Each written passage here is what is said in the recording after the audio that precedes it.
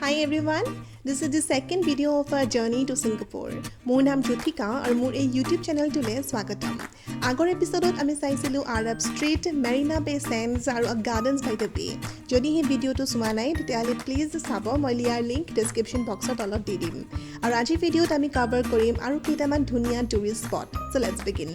হোটেলত ৰাতিপুৱাই এটা খুব টেষ্টি ইংলিছ ব্ৰেকফাষ্ট কৰি ৰেডি হৈছিলোঁ আজিৰ দিনটোৰ কাৰণে। আৰু ফাৰ্ষ্ট স্পট আছিল আজি আমাৰ ছিংগাপুৰ ফ্লায়াৰ বা ছিংগাপুৰ আই বুলিও যাক জনা যায়। ছিংগাপুৰ ফ্লায়াৰ এছিয়াৰ ভিতৰত চবতকৈ ডাঙৰ অবজাৰ্ভেটৰী হুইল। ইয়াৰ হাইট হৈছে 165 মিটাৰ্ছ আৰু ই লণ্ডন আইটোতকৈ ডাঙৰ বুলি জনা যায়। ইয়াত উঠি সম্পূৰ্ণ ছিংগাপুৰৰ চিটিখন খুব ধুনীয়াকৈ চাব পাৰি। গধূলি সময়ত ইয়াৰ ভিউটো আৰু ধুনীয়া হৈ পৰে। আমিতো গধূলি যাব নোৱাৰিলোঁ, দিনতে গ'লোঁ, কিন্তু দিনৰ ভিউটোও খুব ধুনীয়া আছিল। ইয়াৰ এটা এডভান্টেজ হ'ল যে ইমান ওখ হোৱাৰ পাছতো ইয়াত বয়সীয়া লোকসকল আৰু ইভেন হাৰ্ট পেচেণ্টবিলাকেও খুব ধুনীয়াকৈ উঠিব পাৰে, কোনো ভয় নাই, কাৰণ এই হুইলটো বহুত লাহে লাহে ঘূৰে। ইয়াত উঠিবলৈ কাৰণে ইয়াৰ এণ্ট্ৰেঞ্চ ফি হৈছে $35, কিন্তু যদি আপোনালোকে আগতীয়াকৈ ইণ্টাৰনেটত টিকেট বুক কৰে অলপমান কমত পাব।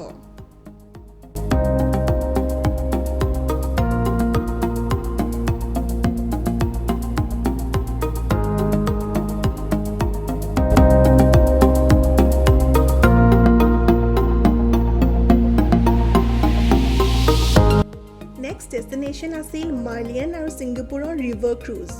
মাৰ্লিয়ানটো হৈছে ছিংগাপুৰ চিটিৰ অফিচিয়েল মাস্কট। ছিংগাপুৰ যাব আৰু মাৰ্লিয়ান নাযাব তেনেকুৱাতো হ'বই নোৱাৰে। এই মাস্কটটোৰ ওপৰৰ পাৰ্টটো সিংহৰ আৰু তলৰ পাৰ্টটো মাছৰ। যিহেতু ছিংগাপুৰ চিটিখন হিষ্টৰিকেলি এখন ফিছিং ভিলেজ বুলি জনা যায়, এই মাস্কটটোৰ তলৰ পাৰ্টটো তাৰেই প্ৰতীক। আৰু মাৰ্লিয়ান শব্দৰ অৰ্থ জানেনে? মাৰ MER, মাৰ মানে হৈছে সাগৰ আৰু লায়ন মানে হৈছে সিংহ। তাৰ পাছত আমি গৈছিলোঁ ৰিভাৰ ক্ৰুজৰ কাৰণে। ছিংগাপুৰ ফ্লায়াৰ পাছতেই এইটো আন এটা বেষ্ট ৱে হয় গোটেই চিটিখন চাবলৈ। যিহেতু ছিংগাপুৰ ৰিভাৰখন চিটিখনৰ মাজেদিয়ে বৈ গৈছে, সেইকাৰণে এই নৌকা যাত্ৰাৰে আপোনালোকেও এই দেশৰ গোটেই হিষ্ট্ৰী, হেৰিটেজ, মনুমেণ্টছ, ব্ৰিজ আৰু কিছুমান পাৰ্টি স্পটছ যেনেকৈ ক্লাৰ্কে ৱে, গোটেইবোৰ বস্তু একেলগে চাব পাৰিব আৰু জানিবও পাৰিব। আৰু এই ব'টসমূহত উঠিবলৈ কাৰণে ইয়াৰ টিকেটসমূহ হৈছে $16।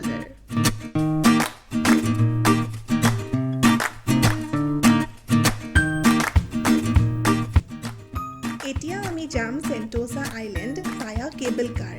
চেণ্টোছা আইলেণ্ডলৈ বাই ৰোড আৰু কেবল কাৰেৰে যাব পাৰে। আমি চুজ কৰিলোঁ কেবল কাৰেৰে যাবলৈ, কাৰণ কেবল কাৰেৰে গ'লে চেণ্টোছাৰ ভিউটো ওপৰৰ পৰা ধুনীয়াকৈ দেখিব পোৱা যায়।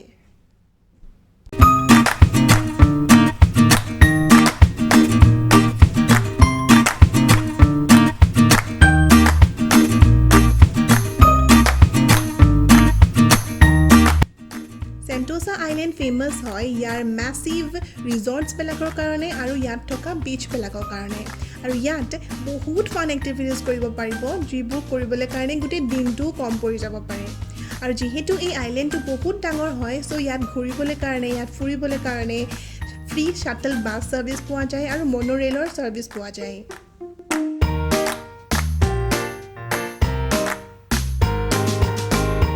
চেণ্টোছা আইলেণ্ডৰ ভিতৰত থকা এয়া আমি এটা মিউজিয়ামত সোমাইছোঁ, যাৰ নাম হৈছে মেৰিটাইম এক্সপেৰিয়েঞ্চিয়েল মিউজিয়াম।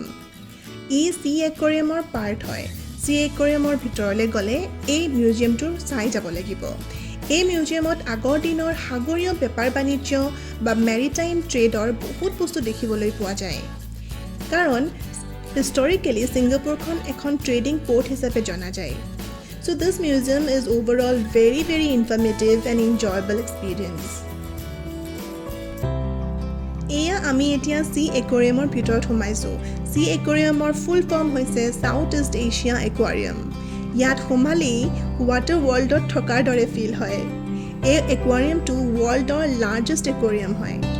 ইয়াত অলমষ্ট 1 লাখ মেৰিন এনিমেলছ আৰু 1000তকৈ বেছি species, for example jellyfish, starfish, octopus, seahorse, এইবোৰ বিভিন্ন ধৰণৰ ৱাটাৰ এনিমেলছ, একুৱাটিক এনিমেলছবোৰ দেখিবলৈ পাব।